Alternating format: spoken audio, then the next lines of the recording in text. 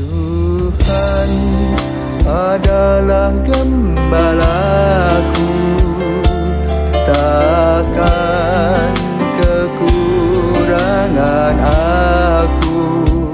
Saudara-saudara yang terkasih di dalam Kristus, selamat pagi. Salam jumpa lagi dalam Sabda Siap Saji. Selasa 18 Juli 2023, hari biasa pekan ke-15. Marilah kita berdoa dalam nama Bapa dan Putra dan Roh Kudus. Amin. Marilah berdoa. Allah Bapa yang Maha Kuasa, Engkau juga telah mengutus Putramu sebagai Musa baru untuk membebaskan kami dari perbudakan dosa.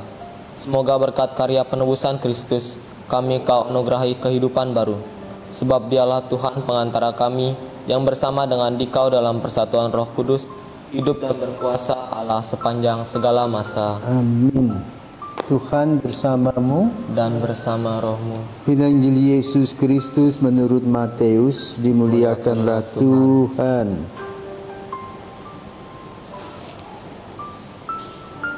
Matius bab 11 ayat 20 sampai dengan 24. Sekali peristiwa, Yesus mulai mengecam kota-kota yang tidak bertobat, meskipun di sana ia melakukan paling banyak mujizat. Ia berkata, celakalah engkau Korazin, celakalah engkau Betsaida, karena jika di Tirus dan Sidon terjadi mujizat-mujizat yang telah kulakukan di tengah-tengahmu, pasti sudah lama mereka bertobat dan bertabung. Tetapi aku berkata kepadamu, pada hari penghakiman, tanggungan Tirus dan Sidon akan lebih ringan daripada tanggunganmu. Dan kau Kapernaum, apakah engkau akan dinaikkan sampai ke langit? Tidak, engkau akan diturunkan sampai ke dunia orang mati. Karena jika di Sodom terjadi mujizat-mujizat yang telah terjadi di tengah-tengahmu, kota itu tentu masih berdiri sampai hari ini. Maka aku berkata kepadamu, pada hari penghakiman, tanggungan negeri Sodom akan lebih ringan daripada tanggunganmu. Demikianlah sabda Tuhan. Terpujilah Kristus. Selamat pagi Romo. Pagi David. Tadi diceritakan bahwa ada beberapa kota yang tidak mau bertobat, Romo. Meskipun Yesus telah melakukan mujizat di sana.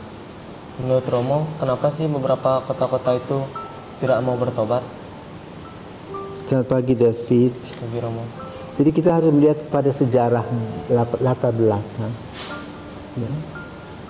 Pada zaman Yesus, Palestina itu dijajah oleh Roma, Raja Roma.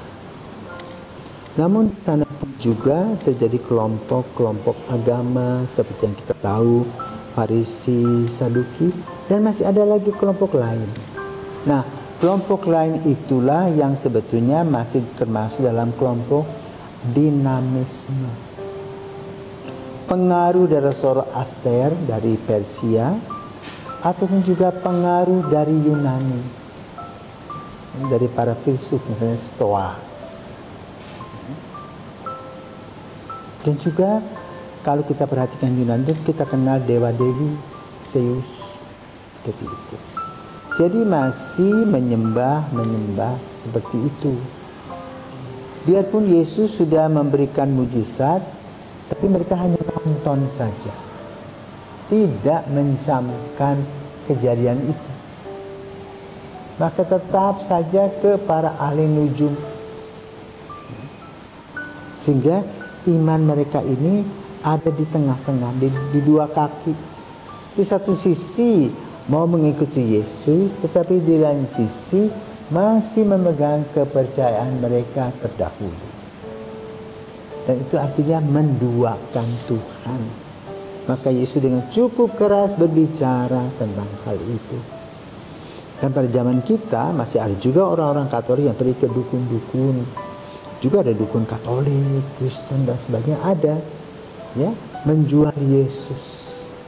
Ya, tidak membawa orang kepada Yesus.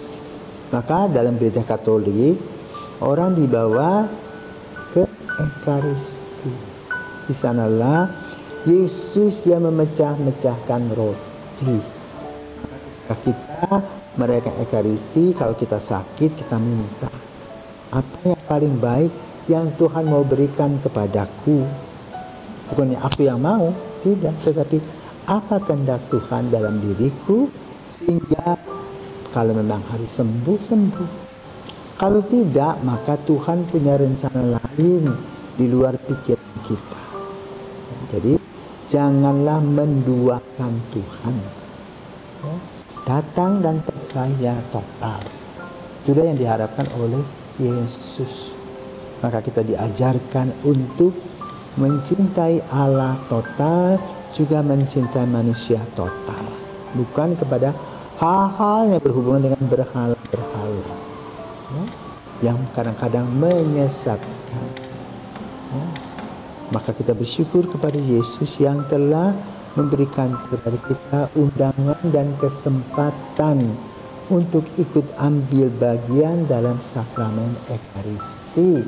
Sakramen yang memberikan kepada kita kehidupan jasmani maupun secara rohani. Kita menerima tubuh Yesus melalui hostia kudus dan menyimpan di dalam hati kita secara rohani dengan harapan bahwa iman kita bertumbuh, tidak separuh-separuh. Itulah yang disampaikan oleh Yesus pada pagi hari ini bagi kita. Semoga kita sadar dan kita pelan-pelan meninggalkan berhala-berhala kita. Nah, lalu berhala kita pada zaman kita siapa?